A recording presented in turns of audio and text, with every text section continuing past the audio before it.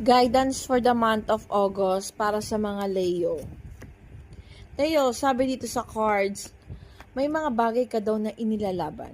Or this card showing na may mga bagay kang dapat isakatuparan. May mga prinsipyo kang dapat panindigan.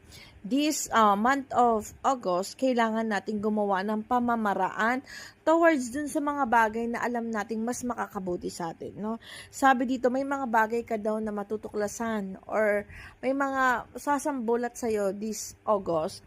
Nakikita ko dito kasi yung mga betrayal, yung mga bagay na babaliktad para sa iyo. So don't trust anyone this August, no? Nakikita ko kasi dito may mga bagay kang ipaglalaban, pero dahil dito magiging matigas ang isang Leo. Kung si Leo ay a fire sign, or sabihin na natin na kung si Leo ay aggressive, showy, malambeng, yung mga ganon. This time, magiging manhid tayo. This time, bibigyan natin ng boundaries yung ibang taong nakakapanikit sa atin. Kasi nakikita ko dito, medyo kailangan pahalagahan natin yung sarili natin, Leo. Etong buwan na to, nakikita ko yung betrayal para sa'yo. Kaya mag-iingat ka dun sa mga taong paglalaanan mo ng oras mo, paglalaanan mo ng panahon mo, or bibigyan mo ng effort mo. Sabi dito, emotions nakabaligtad. So, ibig sabihin, kailangan natin yung paglabanan, yung emotion natin.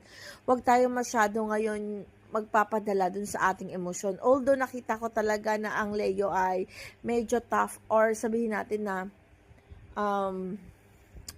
si Leo kasi may mga ugali sila na parang yung sensitive. Leo is really sensitive, no? Pero hindi sila showy na nasasaktan na sila, no? This time, kailangan bigyan mo ng actions. This time, kailangan panindigan mo yung alam mong tama. This time, alam ko na dapat mo ng bigyan ng boundaries, putulin yung mga dapat pang putulin, o gawa ng paraan yung mga alam mong hindi na healthy for you, no?